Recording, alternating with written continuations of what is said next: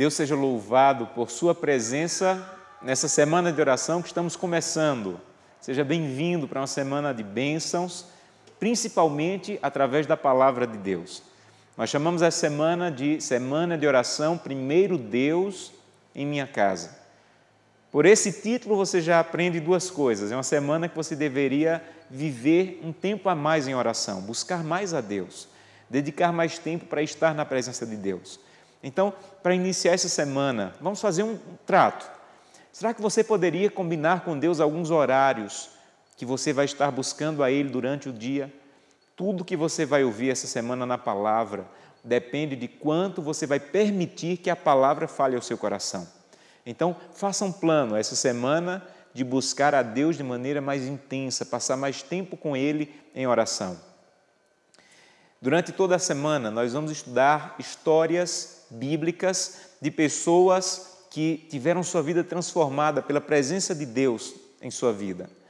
E o pensamento, a ideia e o desejo é que isso aconteça também na tua vida, na tua família, com os teus filhos, que as decisões que serão tomadas durante essa semana possam nos levar até a eternidade.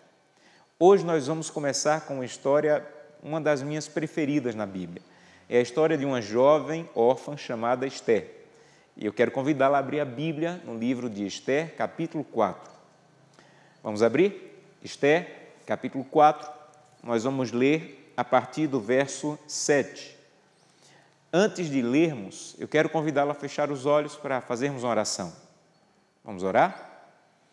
Querido Pai, nós te louvamos pelo início dessa semana que eu oro, já te pedi algumas vezes que venha ser um marco na vida de várias pessoas. Decisões que serão tomadas não porque um homem falou, mas porque a Tua palavra, através do Teu Santo Espírito, falou ao nosso coração. Vamos começar hoje com uma história bonita, com várias lições e precisamos da Tua ajuda. Estamos com a Bíblia aberta. E queremos que venha ser um símbolo do nosso coração também aberto, com desejo de receber a Tua palavra.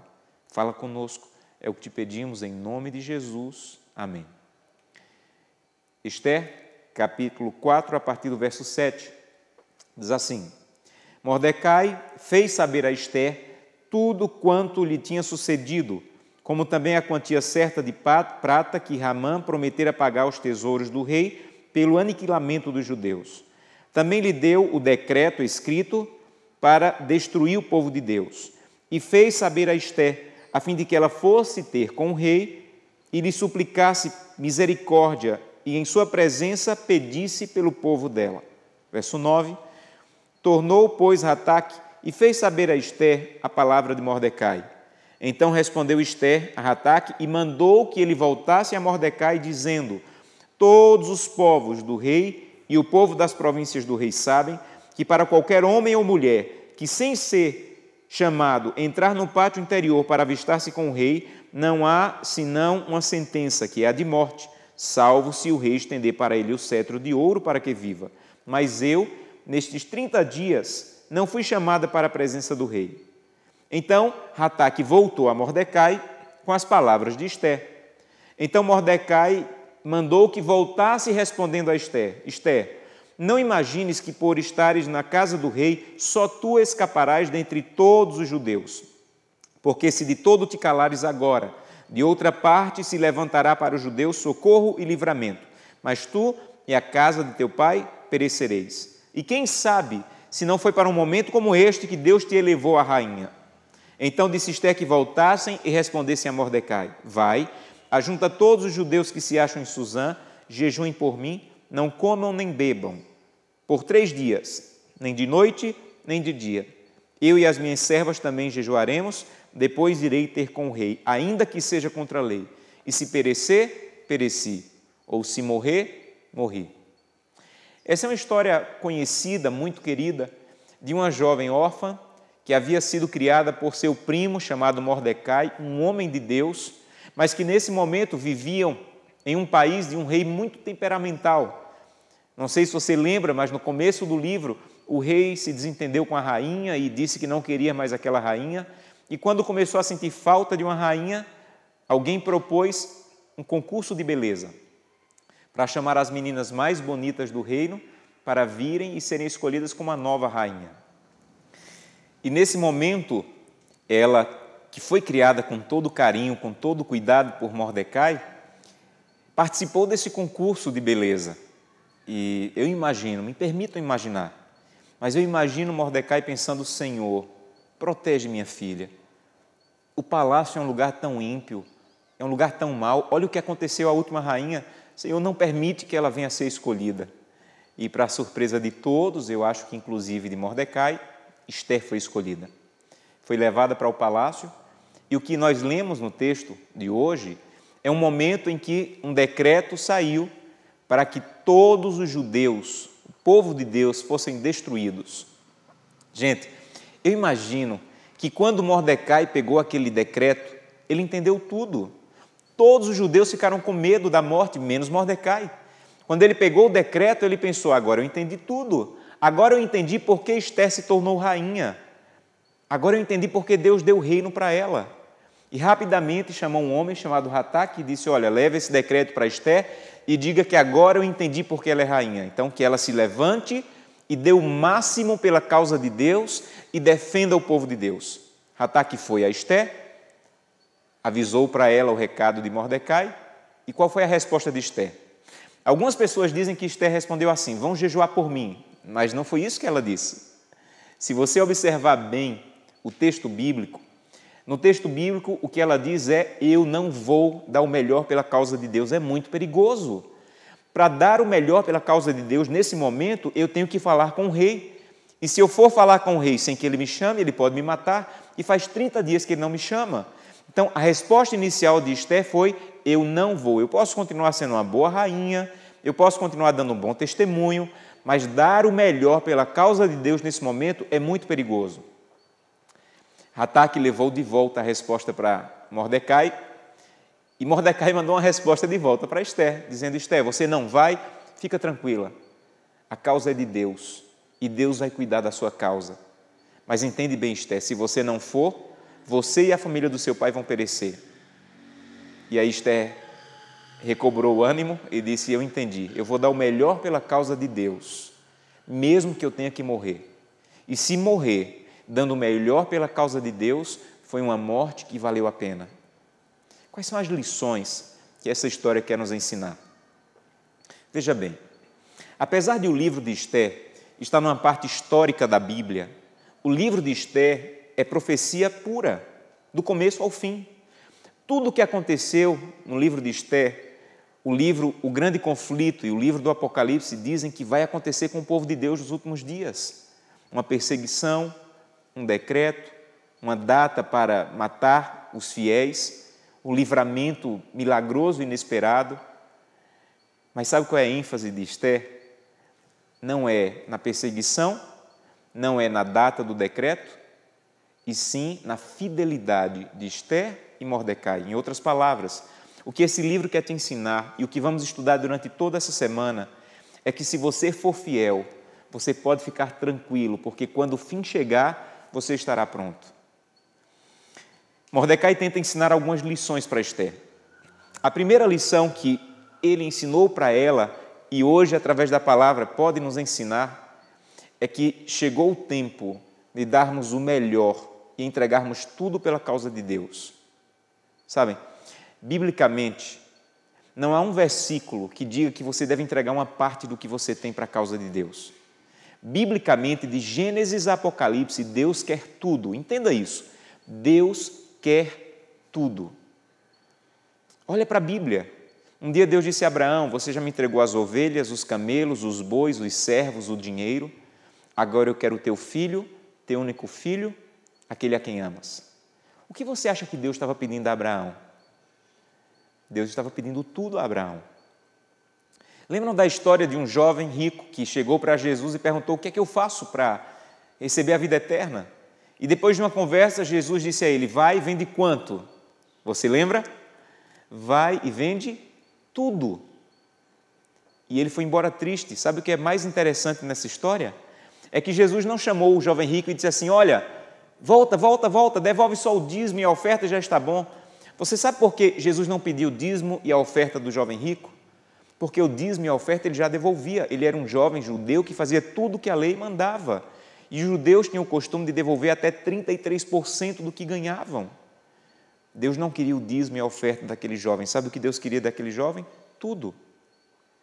Você lembra do dia em que Jesus estava no ofertório, na igreja, e viu uma viúva entregar a oferta, e Jesus parabenizou porque ela entregou quanto?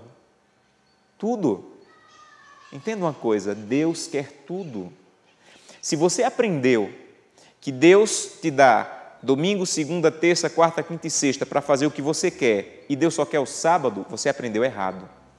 Em uma semana de 7 dias, meu irmão, Deus quer os 7 dias. Deus quer o domingo, Deus quer a segunda, a terça, a quarta, a quinta, a sexta, e o sábado é para celebrar um Deus que você aprendeu a passar a semana com Ele. Mas se você diz, olha Senhor, eu vou fazer o que eu quero no sábado, não faço culto no domingo, não te busco na segunda, na terça, na quarta, e vai no sábado na igreja e diz, pronto Senhor, está aqui o sábado que o Senhor quer. O livro de Malaquias e Isaías tem versículos em que Deus diz, eu estou cansado dos sábados que vocês guardam. Não é que Deus não quer mais que você guarde o sábado, é que Deus não quer que você passe a semana longe dEle e ache que 4 horas por semana, no sábado pela manhã, compensa tudo. Deus quer toda a tua semana. Sabe, se você aprendeu que você recebe R$100, devolve 10 de dízimo e 10 de oferta, e leva 80 para casa, que agora são seus, e gasta como quer, você aprendeu errado.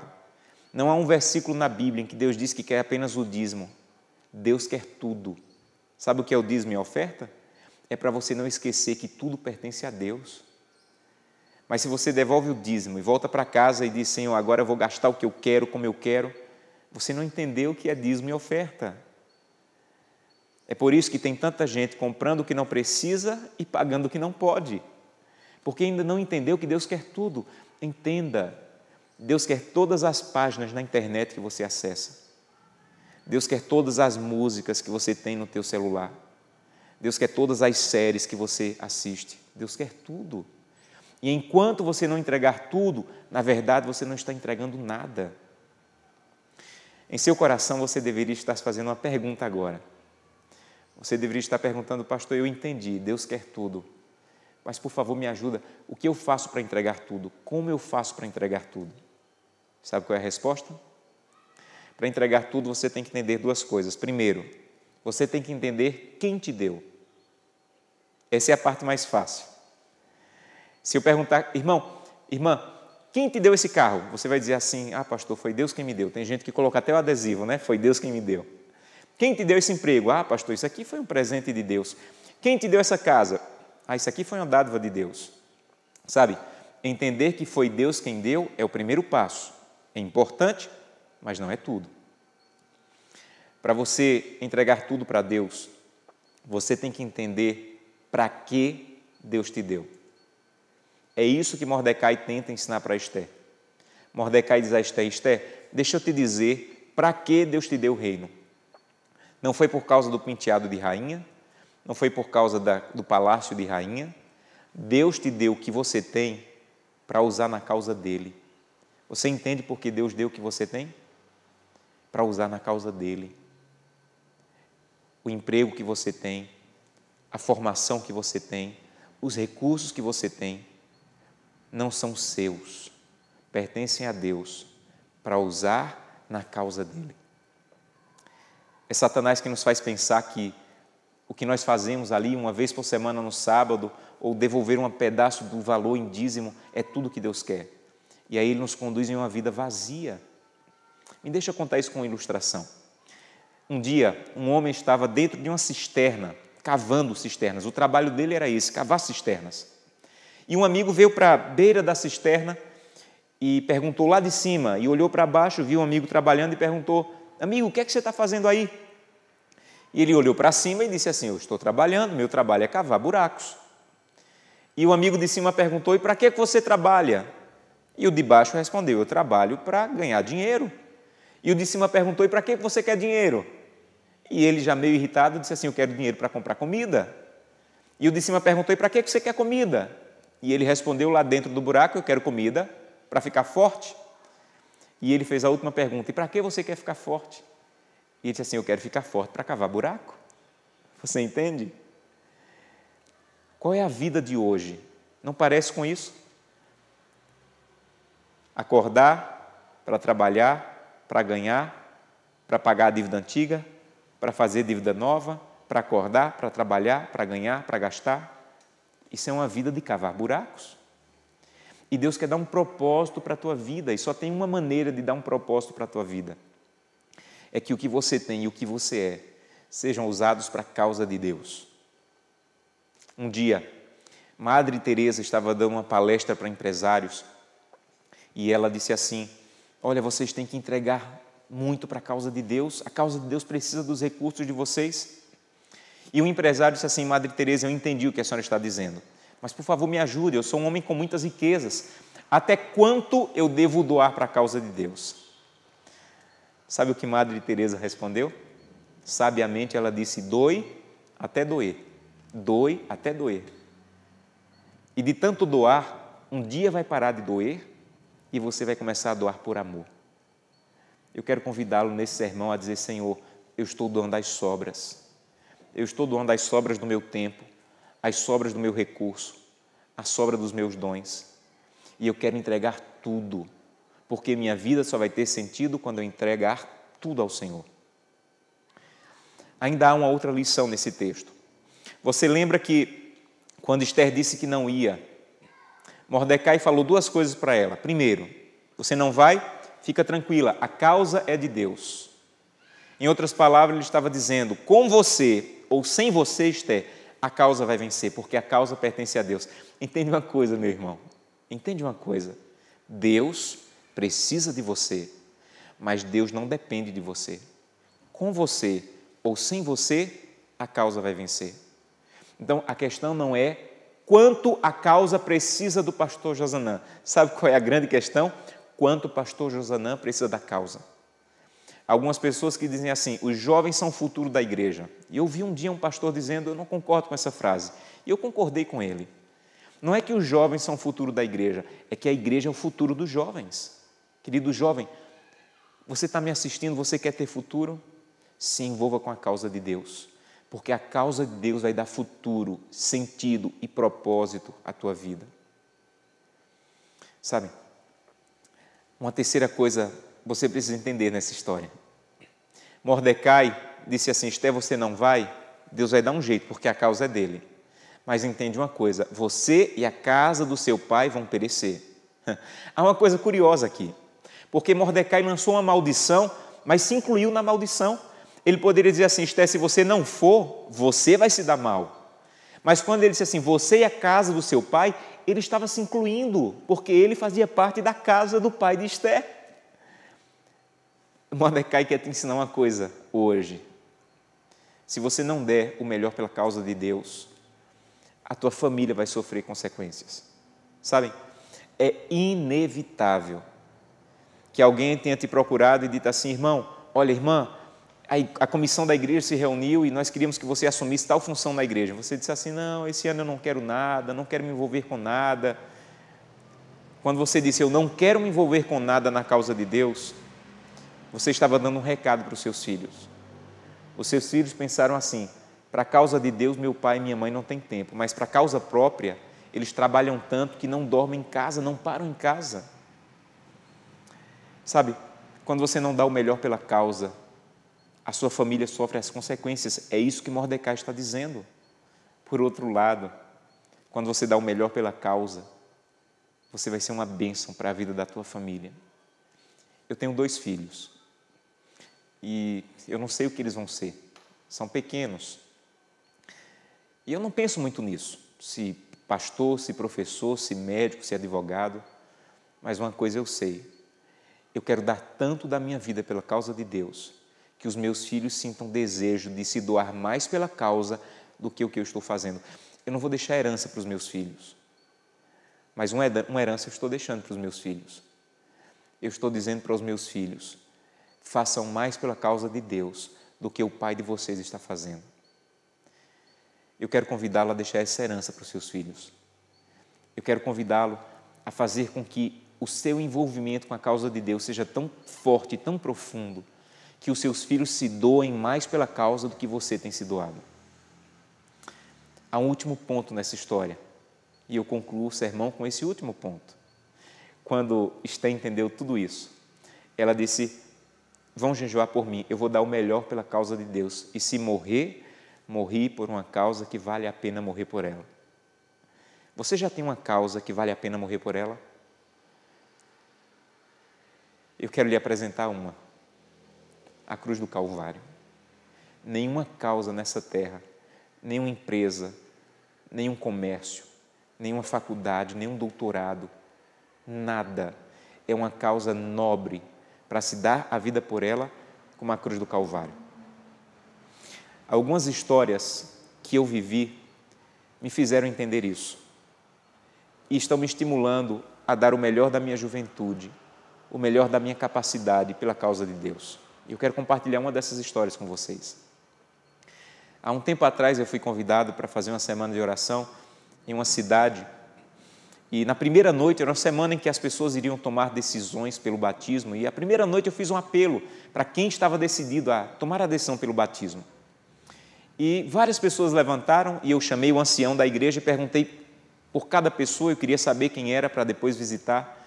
E ele foi me dizendo, e chegou em um casal de juvenis, irmãos, e disse: pastor, aqueles dois ali são irmãos. E eles são filhos da mesma mãe, mas de pais diferentes. O pai do menino foi assassinado. O pai da menina, ninguém sabe quem é. A mãe deles é usuária de drogas, está presa, foi pega roubando, está presa. E eles vivem no orfanato do município. E em frente ao orfanato, pastor, o ancião me dizia, uma irmã fez um evangelismo no pequeno grupo na casa dela, e ela convidava as crianças mais velhas para virem assistir. Eles assistiram todas as noites, tomaram sua decisão, estão no clube de desbravadores, não faltam os cultos, mas o Senhor tem que dizer para os dois que eles não podem batizar. E eu perguntei, mas por que eles não podem batizar? E ele disse, pastor, o senhor esqueceu que na ficha de batismo o responsável tem que assinar? Eles têm menos de 16 anos, pastor. Eles estão prontos, mas nós já tentamos visitar a mãe deles no presídio, mas ela ainda não pode receber visitas. Então o senhor vai ter que dizer para eles que pelo menos essa semana eles não podem batizar. Eu chamei os dois, os abracei, parabenizei porque eles estavam no clube de desbravadores, porque eles já faziam parte da nossa família, mas expliquei que eles não poderiam batizar. E contei tudo para eles. E eles me disseram, pastor, dá um jeito, vai falar com o diretor do orfanato, talvez ele tenha um outro jeito. E eu prometi que ia, mas um pouco constrangido, com medo de o diretor do orfanato achar que nós estávamos insistindo para que as crianças batizassem. Mas eu fui, havia prometido, e eles tinham seus 14, 15 anos.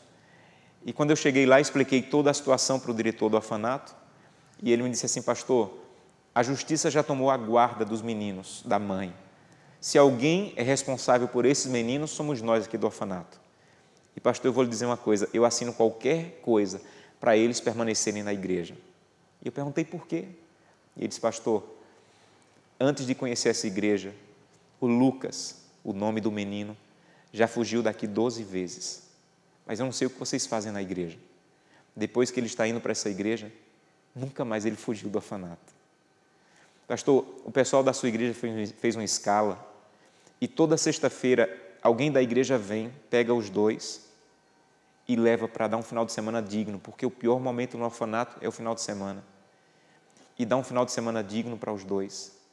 O pessoal da sua igreja tem uma escala, pastor, que todo culto eles vêm buscar, e os meninos ficam loucos quando está dando a hora do culto para se trocar, para tomar banho, para ir para a igreja.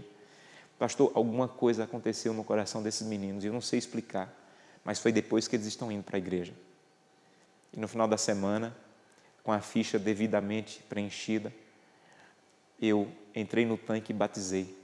E quando eu levantei o Lucas, ele estava chorando e eu também.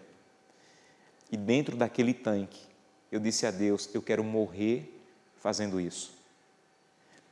Meu irmão, me responda, que outra coisa na vida eu faria para pegar a vida de um adolescente, de um juvenil e dar outro rumo? Porque a vida daquele menino, daquela menina, ia ter o mesmo rumo do pai ou da mãe, ou pior. Mas a cruz do Calvário está dando um outro rumo para a vida deles. Se eu fosse um empresário, se eu me envolvesse com a causa de uma empresa, de um governo, Que outra causa no mundo é capaz de pegar a vida de um juvenil e dar outro rumo para a vida? Eu vou lhe dizer, só a causa da cruz do Calvário. É com essa causa que eu estou envolvido, é por essa causa que eu estou dando a minha vida. E durante essa semana é sobre isso que nós vamos estudar. Vale a pena entregar a vida completamente por essa causa.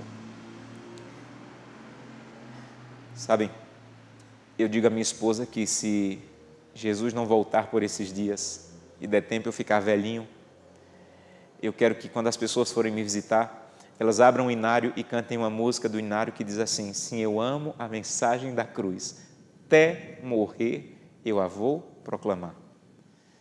Esse é o desejo do meu coração, até o final da minha vida, me dedicar por essa causa, porque essa é a única causa que, ao final, você é capaz de dizer como Esther: se morrer por essa causa, valeu a pena. Se eu tivesse 200 vidas, eu daria por essa causa, mas eu só tenho uma. Por isso, essa semana eu quero convidá-la a dizer: Santo Deus, eu também tenho uma vida, eu tenho influência, eu tenho dons, eu tenho recursos, que eu ainda não estou entregando completamente pela causa. Eu estou dando o que sobra do meu tempo, o que sobra dos meus recursos, o que sobra da minha influência. Então eu quero concluir fazendo um apelo para você. Eu quero convidá-la a dizer: Santo Deus, eu estou cansado de viver uma vida medíocre de cavar buracos. Eu quero que minha vida tenha propósitos. E eu sei que se eu dedicar a minha vida pela causa da cruz, minha vida vai ter propósito.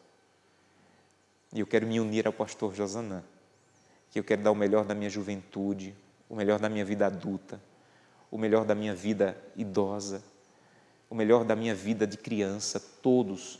Senhor, eu estou disponível para proclamar a mensagem da cruz, e se morrer por essa mensagem, é uma morte digna que valeu a pena.